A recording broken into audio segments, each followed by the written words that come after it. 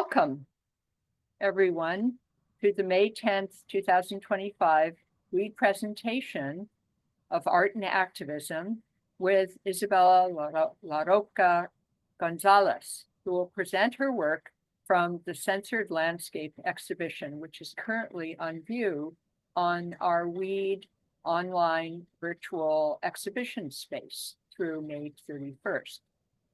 Her presentation will be followed by a live question and answers with the audience. First, a little bit about our collective Weed. It's Women Eco-Artist Dialogue. It was founded in 1996 and is a volunteer-run collective of female-identified visual artists, writers, curators, art historians, researchers, scientists, and others interested in highlighting the intersection of art and ecological issues. I'm the current chair, Mary White, and have several board members here. So let's start with the land acknowledgement, and we ask you to put your land acknowledgement for your area in the chat. Weed's office in Berkeley sits on the territory of the Huichen, the ancestral and unceded land of the Chochenyo-speaking Ohlone people, the successors of the sovereign Verona Band of Alameda County, near one of the largest shell mounds in the Bay Area. This land was and continues to be of great importance to the Muwekma Ohlone tribe and other familiar descendants of the Verona Band. We recognize the Muwekma Ohlone tribe, who are campaigning to become federally recognized, the Association of Ramaytush Ohlone, who are researching, revitalizing, and preserving Ramaytush Ohlone history and culture, and the Confederated Villages of Lejeune and the Segurate Land Trust, who are working to return native land back to Indigenous stewardship, including a large parking lot a few blocks away from our office. A little housekeeping for Weed and Zoom. We're recording this presentation, and please keep your audio muted during the presentations. The hosts may mute you if there's extra noise. If you have questions during the presentation, please put them in the chat for the questions section. And either Isabella will answer them and when she sees them, or we'll wait till the question answer. We'll stop the first recording at the end of the presentation and then immediately start a second recording for questions and answers. So now, get to introduce Isabella. Her book has been 12 years in the making, Censored Landscapes, which unveils the hidden reality of farming animals and offers a powerful and emotionally charged exploration. Isabella will tell us about her journey making the book and also discuss the challenges of creating an activist art project about an industry that insinuates itself into all aspects of our lives and a profoundly controversial topic. Read Isabella's biography. She is a award-winning artist, author, and activist based in the United States. Her work is part of a long tradition in art and photography to bring to light and find beauty in the hidden, unconscious, or disregarded.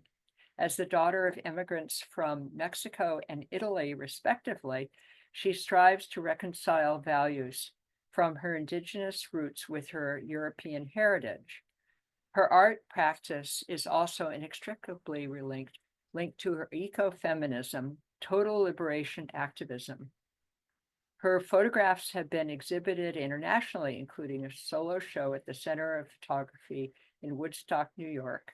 Awards for her work include the Ferguson Grant from the Friends of Photography in San Francisco for excellence and commitment to the field of photography. She received her BA in Fine Arts from the University of Pennsylvania and her MFA in photography from Indiana University. After 30 years teaching art and photography at the post-secondary level, she has left academia to devote herself full-time to her art practice and to growing a native pollinator garden. So we will put the links to her exhibition and her book and her directory page in the link. And so now we would like to introduce Isabella, and she has a very special announcement concerning her book to tell you before she starts the presentation. Welcome. Well, first of all, thank you so much, Mary, and thank you, my weedy friends. I really appreciate all the support you've shown to me and all the work you do. And I also want to thank deeply from the bottom of my heart to all of you attending here. It's a difficult topic and many people just want to avoid it. So I really appreciate you carving time out of your day to talk about something that's not particularly pleasant, but I think is really essential. And I am most excited to share my work with you, but also to hear your questions and comments. That, for me, is probably more important than anything else at this point. So the announcement I have is that we will be raffling off a copy of the book, a signed copy of the book to be sent to your home via USPS at the end of the presentation before we get into the real heart of the questions and answers. Without further ado, I'm gonna share my screen.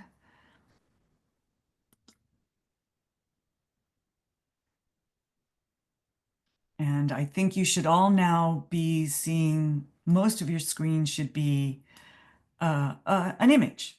Is that correct? Is everyone seeing that? Yes. All right. So let me just move things around my screen here. All right. So the project started in February of 2012, when in Turlock, California, 50,000 hens were left in a battery cage egg farm. They were abandoned. The owners ran out of money and they left the birds. Let me move on to the next. They left the birds in these cages without food or water. After 2 weeks, state officials discovered 17,000 of the birds dead, and they began gassing the other birds. At last, animal sanctuaries were able to negotiate to take custody of the surviving 4,460 hens. But even before they were abandoned, the lives of these hens were hellish. Each chicken had less rusted cage to stand on. Oh, sorry, I'm just going to admit one more person. Hi, Christina. Thank you. Welcome. We've already started, so I'm just going to continue along. So as I was saying, even before these birds were abandoned in this battery cage egg farm, the lives of the hens were hellish.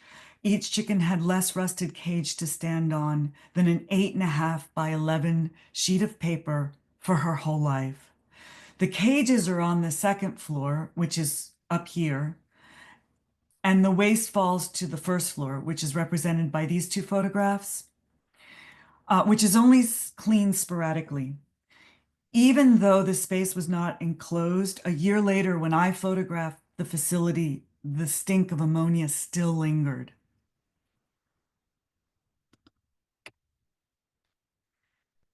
So this is a photograph of the exterior of that facility, and it is the first of what was to become Censored Landscapes, the first of a series of landscapes. Censored Landscapes then grew, and I photographed landscapes where the banal warehouses and fenced-in wastelands where immense numbers of animals are bred, confined, and slaughtered.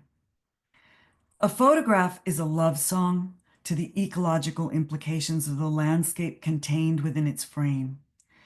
Carlton Watkins hauled thousands of pounds of photographic equipment through Yosemite. His photographs influenced Abraham Lincoln to sign a bill that protected Yosemite Valley. Thank you, Carlton Watkins.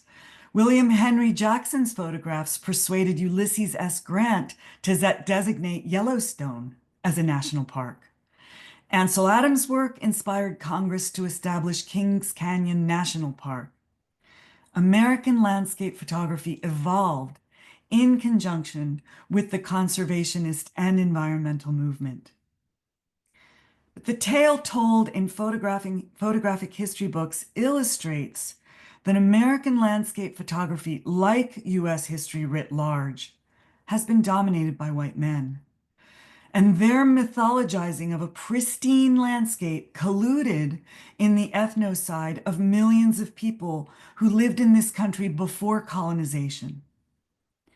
In 1975, the New Topographics Photographs of a Man-Altered Landscape exhibition was considered radical in that it took a stark view of the human impacts of the land, but only one of the 10 artists was a woman, and none were people of color. The tale of American landscape photography is also one of human exceptionalism. Though humans are now integral to landscape photography, farmed animals have almost entirely been excluded despite their prodigious numbers. Terrestrial farmed animals account for 59% of vertebrates on Earth. Humans, 36%. All other vertebrates, terrestrial animals, account for only 5%. And that number has declined since I wrote the book. Approximately 10 billion animals in the US are slaughtered for food every year.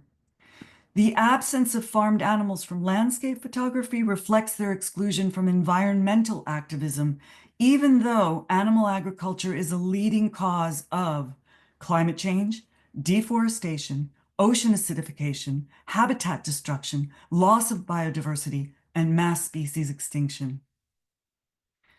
But fear not, there are no images of graphic cruelty in this project, even though violence and atrocities are rife in the industry. This project is not about the bad apples. It is about standard industry practices, business as usual.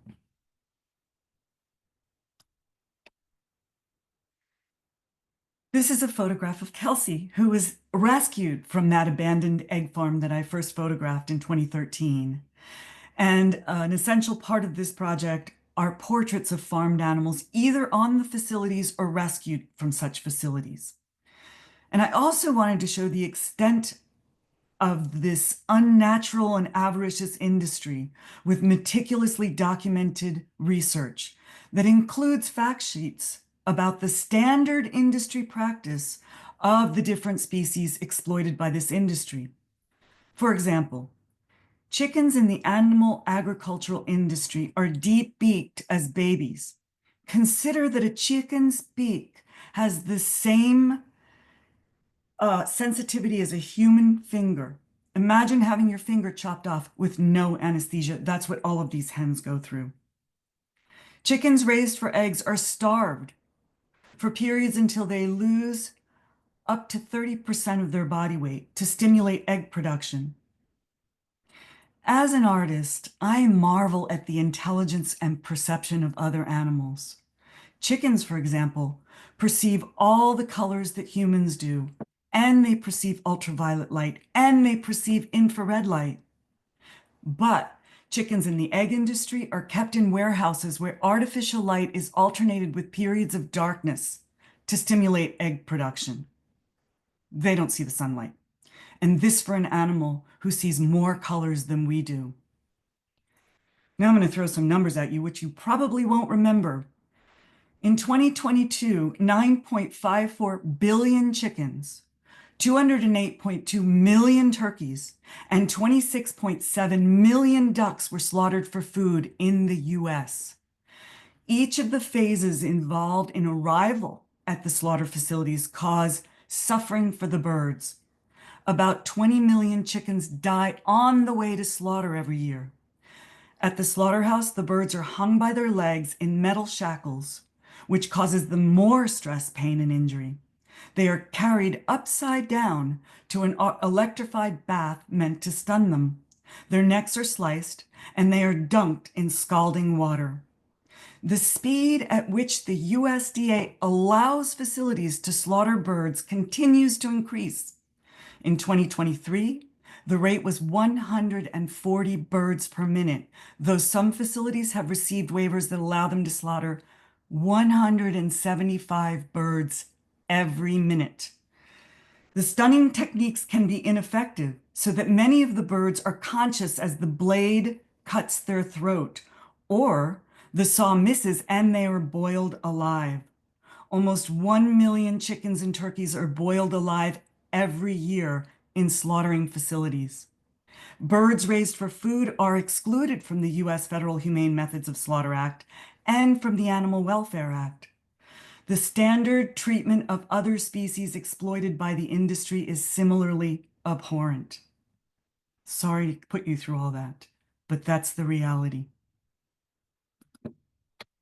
I'm sorry. As a way to represent the vast number of animals confined in these facilities, I researched the number of animals confined in each of the facilities I photographed. So, for example, this duck farm is permitted to confine 300,000 ducks at any one time. I displayed this number in the caption with every facility in the project. But as you can imagine, these numbers were difficult to obtain. This is a secretive and opaque industry. First of all, the Animal Enterprise Terrorism Act is a federal law that criminalizes economic damage to an animal enterprise, including loss of profits. So this law is so vague and broad that photographers who expose the practices of these corporations can be lumped into the same category as Timothy McVeigh and the Unabomber. In more than half of state legislatures, that's over 25 states, the industry has attempted to pass ag-gag laws that criminalize photographing sites of animal agriculture. Even though these laws are contrary to the First Amendment of the United States of America, they are currently in effect in 11 states, including Kentucky, the state where I currently live, which just passed an ag-gag law earlier this year. I did not photograph in those states. I did not break any laws to create this project. I have the utmost respect and admiration for the activists who infiltrate these facilities to expose the hellish conditions endured by the animals in this industry. But I'm not brave enough, and I don't have the emotional bandwidth. However, I was not welcome anywhere near these facilities. I was threatened, verbally assaulted, and chased. In the jurisdictions where these facilities are located, law enforcement is always on the side of the owners and operators, no matter who is right.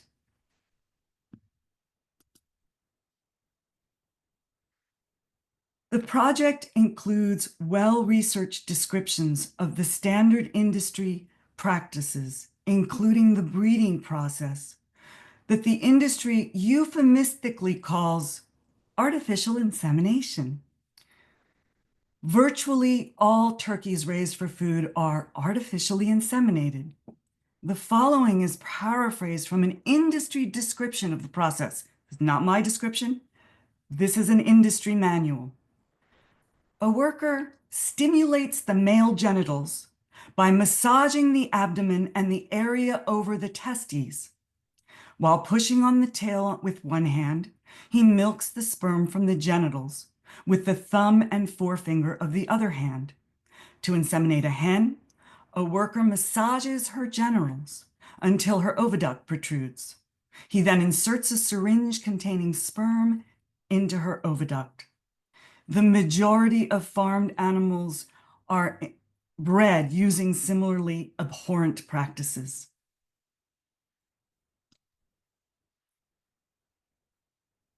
I'm sorry to subject you to this. I know this isn't easy, and I so appreciate you being willing to open your hearts to the reality of what this industry is. Many people don't have the courage or the heart, and so I thank you for allowing me to tell you about this.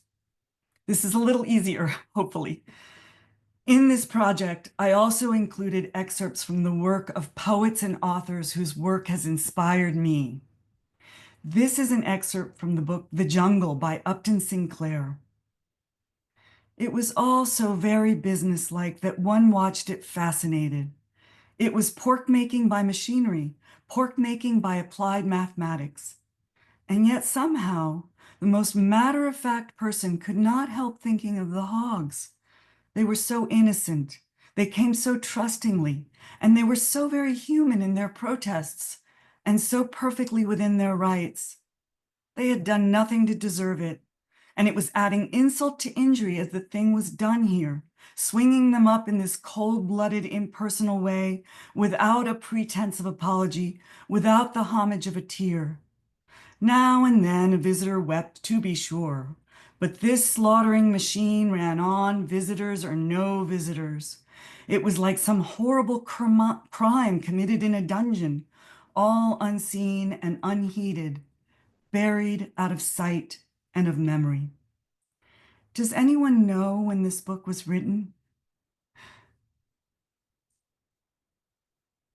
Wasn't Put was it it in in the the 50s or something? 20s, 1906. 1906. 1906, and this book was a book I read as a teenager, which inspired me to go vegetarian as a teenager. And it wasn't particularly about the meatpacking industry. It was really much more of it was about Polish immigrants in the meatpacking industry. It was much more of a socialist treatise. Mhm. And because of the descriptions of the unsanitary conditions in the meatpacking industry, within 6 months, the government passed the Pure Food and Drug Act and the Meat Inspection Act to make meat products safer for humans. But almost 120 years later, conditions for non-human animals have only gotten worse.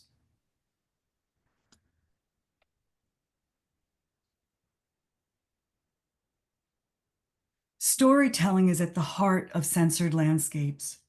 Stories hook us emotionally and they create empathy. Many of the stories I've written in the book are rooted in my own personal history, including my family's indigenous roots. Indigenous Americans, before colonization, did not farm animals. Cows, pigs, chickens, sheep, and goats were brought to the Americas by the European settler colonialists, along with firearms, epidemics, and ethnocide. Farming animals is a colonialist practice. For this project, I also invited contributions from scholars, poets, and activists in response to particular photographs.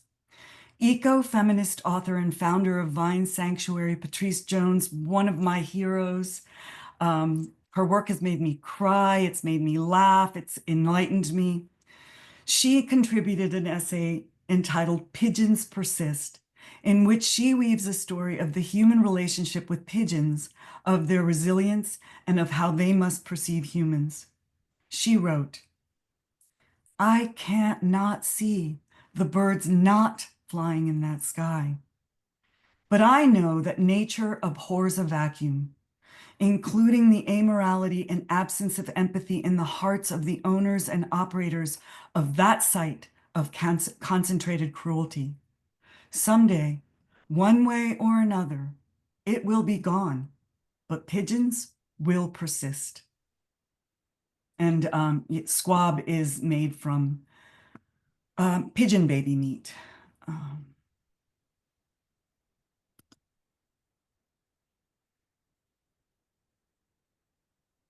The project also includes research about the workers in this industry, including gross economic inequities. The workers, their families, and their communities suffer physical illness and emotional trauma because of this industry. The majority are people of color. In 2020, 37.5% of workers in animal slaughtering and processing were foreign-born. An estimated 25% were undocumented. In one of the most dangerous industries, they cannot advocate for their own safety, health, fair compensation, or benefits for fear of losing their job or deportation, which in this day as you know, can mean severe human rights violations. These are the people who are working in our agricultural industry. These are the people who are being threatened with concentration camps in foreign countries, countries they've never been in.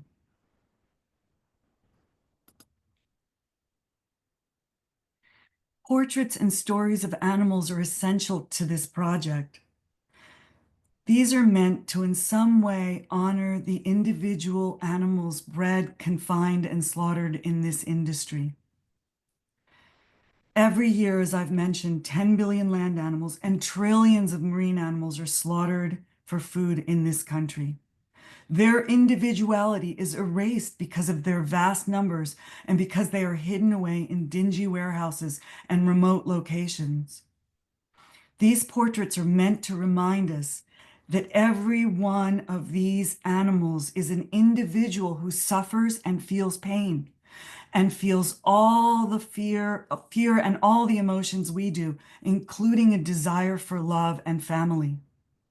The portraits are also meant to remind us that non-human animals have an understanding of the world that humans are only beginning to understand.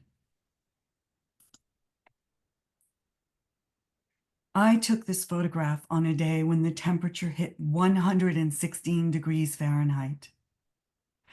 Just 20 minutes outside of my air-conditioned car, my face was brick red and I felt lightheaded. But these animals are out there all day, every day, standing in their own feces with no shade and only water from a dirty concrete tub to drink.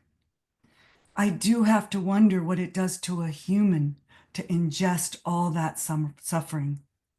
There are so many cows on this facility that in the distance you cannot even see them. They become too small to see, even though they exist all the way from one edge of the frame to the other. The project also includes lists of impacts caused by animal agriculture, including health impacts, economic impacts, and environmental impacts.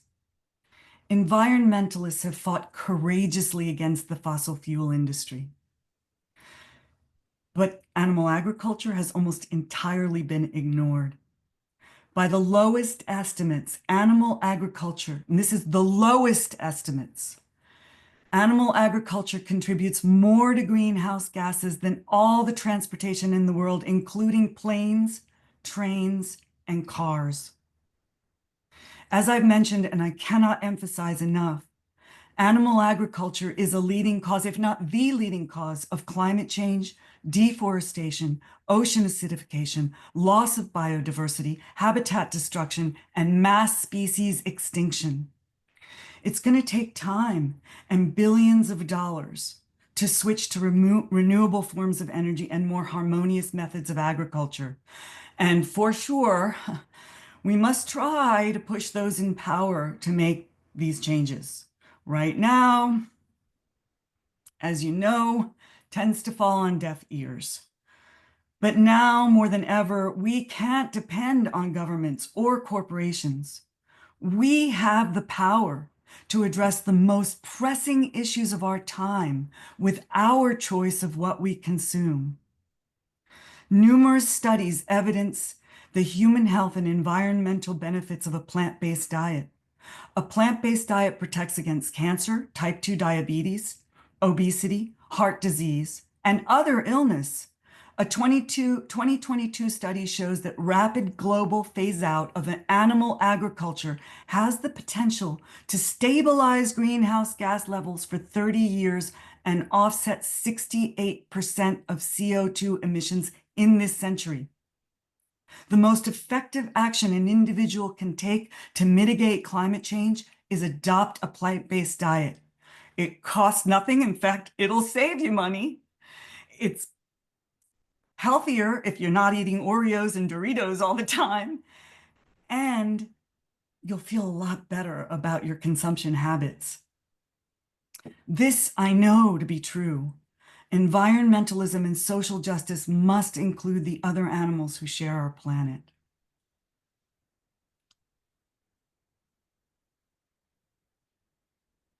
Censored Landscapes examines animal agriculture from an eco-feminist perspective. The eco-feminist movement took root in the 1960s and 70s during second wave feminism. Ecofeminism exposes the connection between the domination of women and the exploitation of nature. For example, in the animal agricultural industry, the potential for motherhood represents a special kind of torture for female farmed animals. A wild chicken produces about 12 to 15 eggs a year. A hen bred for her eggs produces hundreds of eggs a year, which causes osteoporosis, egg binding, and peritonitis. Imagine having hundreds of periods a year, those of you who have had periods. I hated having periods. The best thing about menopause was no more periods. And so just the thought of having to go through that hundreds of times a year, it causes me immense pain for these animals. A female fish is killed for caviar, or her eggs are extracted in a painful surgical procedure so that she can keep producing caviar for up to 10 years. A female pig is confined in a gestation crate so small that she cannot turn around. Then when she gives birth, she's put in a farrowing crate that is so small that she cannot turn around. She will chew on the metal bars, wave her head incessantly, and exhibit other signs of severe distress. A female calf in the dairy industry is put in isolation all alone in a stall for the first 2 or 3 months of her life. And then she is forcibly impregnated in a process similar to the one I've described for hens. The enclosure that dairy workers use to describe the enclosure is rape rack. Shortly after birth, she is separated from her baby in a heartbreaking ordeal. Both the cow bellows and the calf bleats. It's a severely unnatural process to separate a mother and a baby at such a young age. However, it must be done for the dairy industry so that that cow's milk can be sold for human consumption. We've been told, oh, milk is so good for you, the calcium. In fact, recent studies show that dairy is an incredibly unhealthy thing for humans to consume. Cow milk is meant for baby cows, so they grow to a 700-pound animal, not for humans. Mastitis is common in the dairy industry. All animals in the animal agricultural industry are slaughtered as babies long before their natural lifespan. In the animal advocacy movement, the majority of high-paying positions of power are accorded to men. And yet the majority of tireless, passionate activists, and by all accounts, sanctuary workers, are paid little or nothing at all. This is reflected in other social justice movements and in society in general. Ecofeminism proposes an ethic of care, a shift toward a compassionate, nurturing ethos that addresses all forms of oppression. As you may know, the subject of animal agriculture is often met with indifference and sometimes with overt hostility.